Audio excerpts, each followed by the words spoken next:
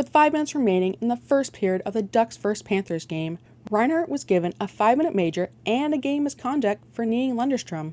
Lundestrom was skating the puck out from behind his own goal, with Reinhart pursuing him aggressively on the forecheck. Reinhart caught Lundestrom's right leg with his knee after missing up high. Lundestrom tried to sidestep the hit, causing Reinhart to miss up high. However, in an effort to recover and make contact, Reinhart led with his knee, resulting in a dangerous play. Do I think Reinhart intentionally tried to hurt Lundestrom? No, but his attempt to salvage the missed hit created a reckless situation, and unfortunately, it looks like a long-term injury for Lundestrom. For Lundy, just add another one to the list in his young career. He began the season sidelined after a collision with Carlson in practice. In the Ducks home opener, he took a shoulder to the head, and I can't even count the number of times he's taken a puck to the face this year.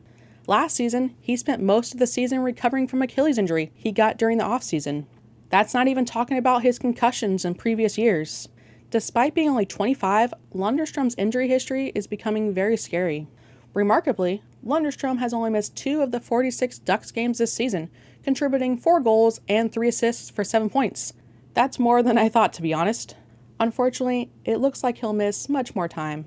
Don't want to speculate, but the way his knee twisted, inward, backward, sideways, whatever you want to call it, feels long-term. But then again, knock on wood, the Ducks seem to have luck when it comes to knee injuries recently, at least in terms of them not being as bad as expected, wishing Lundy a speedy recovery.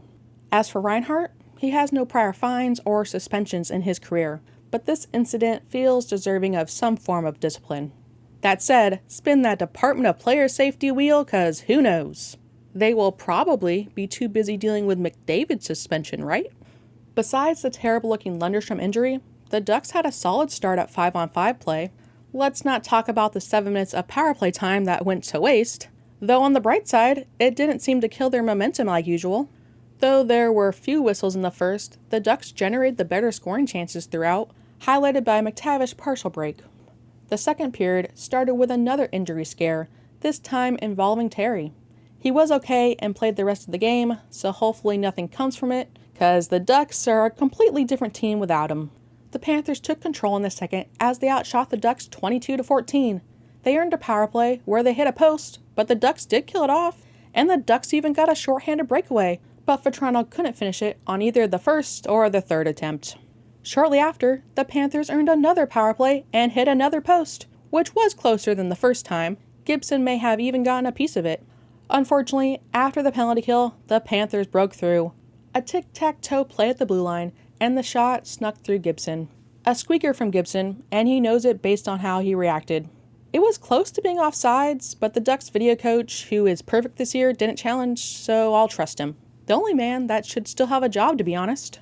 The Ducks had their chances, including a post of their own, as a snake-bitten Vatrano rang one off the rush. He tied a career-high 9 shots in this game, and that wasn't one of them. In the final minute of the second, Verhaeghe got behind the Ducks defense. His shot didn't look like it ever crossed the line, but it wouldn't matter anyway because it was called goaltender interference. So the Ducks would head to the third down 1-0. And it would be 2-0 5 minutes into the third. Lundell's shot slipped under Gibson's pad and barely crossed the goal line. It looked like Dumoulin might have deflected it, making it like a knuckle puck. But either way, another squeaker for Gibson. But when your team can't score, you can't blame the goalie. He was the reason the Ducks were in this game anyway, stopping 43 of 45 shots and earning the 3rd star of the night.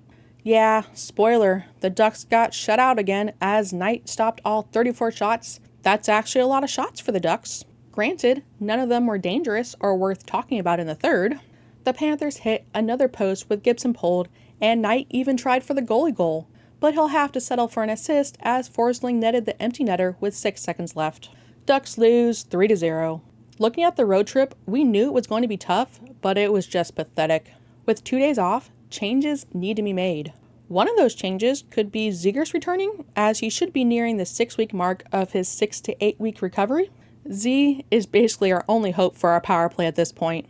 The Ducks will face the Panthers again on Tuesday at 7 p.m., this time at home. Y'all better freaking score a goal. And finally, we got an update on Catan. It feels like it's been 2 seasons. For those of you who don't know, one of the rookie duties is to carry around a board game called Catan. On this trip, it was Helleson and Nestorenko's turn, but apparently one of them left it on the plane, and Allie had to remind them to go back and get it. I like how Guy was like, I carried the beer. when he was a rookie. But anyway, thank you, Allie, for the update. Dumb, but again, I enjoy these little updates. Thank you to our members. If you enjoyed the video, like and subscribe. Thank you for watching, and go Ducks! I carried the beer.